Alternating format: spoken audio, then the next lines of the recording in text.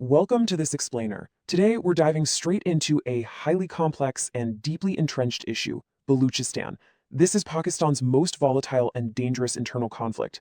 We're talking about a situation where historical grievances, massive multi-trillion-dollar resource wealth, and immense geopolitical stakes all collide.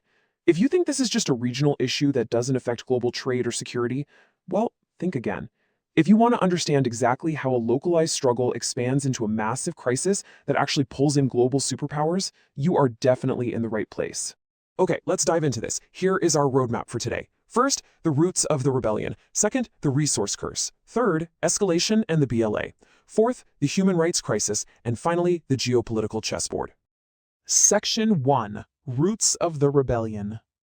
To really grasp what's happening right now, we absolutely have to rewind and look at the historical origins. The Baloch people have a distinct ethnic identity and have long demanded autonomy.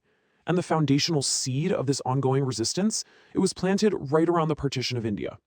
Back in 1947, a standstill agreement actually recognized the Khanate of Kolat, which makes up a huge chunk of modern-day Balochistan, as an independent state. But by March of 1948, sources detail the forced annexation of Kolat by Pakistan. As you can imagine, this deeply frustrated those who felt promises of autonomy were betrayed. The direct result? By July 1948, the very first insurgency erupted, led by Prince Abdul Karim, who totally refused to lay down arms. And that initial spark in 1948, it didn't just fade away. It actually set off a recurring, decades-long cycle of violence. The insurgencies just kept flaring up repeatedly. We see them in 1948, 1958, 1962, a massive conflict that spanned from 1973 to 1977, and finally, the fifth insurgency, which kicked off in 2004 and is literally still ongoing today. Moving on to Section 2, the resource curse. So history lays the foundation, right? But economics provides the fuel, and this brilliantly illustrates the core grievance at play here. On one side, Balochistan sits on multi-trillion-dollar wealth. We're talking about the massive Sui natural gas fields discovered back in the 50s and the Reko Diq project, which holds an estimated $1 trillion in copper and gold deposits. It's staggering. Yet on the flip side, there is extreme local deprivation. Source documents highlight that even today, in peripheral areas located right next to these massive energy sites, local populations are forced to rely on wood fuel because of a severe lack of development and high regional poverty. When you actually break down the numbers, the disparity is honestly hard to believe. According to Ministry of Petroleum and Natural Resources data cited in the sources, Balochistan produces 17% of Pakistan's total national gas supply, yet the province consumes only 7% of it. For many locals, this intense structural imbalance fuels very real, very deep feelings of exploitation and political marginalization. Section 3. Escalation and the BLA. So what happens when decades of these economic and historical grievances go unaddressed? Well, they fuel the rise of violent militant groups. The most prominent one is the Balochistan Liberation Army, or BLA. To define them neutrally based on the literature, the BLA is an ethno-nationalist militant organization fighting for the secession of Balochistan from Pakistani sovereignty. And because of their violent tactics, it's really important to note that they've been officially designated as a terrorist group by Pakistan, China, the US, the UK, and the EU. The scope of their militant activities is incredibly vast. While their primary targets naturally include state security forces, so the military and police, their campaign frequently expands to innocent non-Baloch civilians, including ethnic Punjabis and Sindhis. Furthermore, they heavily target foreign investments. They specifically go after the Gwadar port construction, overarching infrastructure projects, and even Chinese nationals and academics working in the region. Now, you might be wondering, why target foreign infrastructure? Well, consider this number. $2 billion. That represents the annual trade value of the China-Pakistan Economic Corridor, or cpec.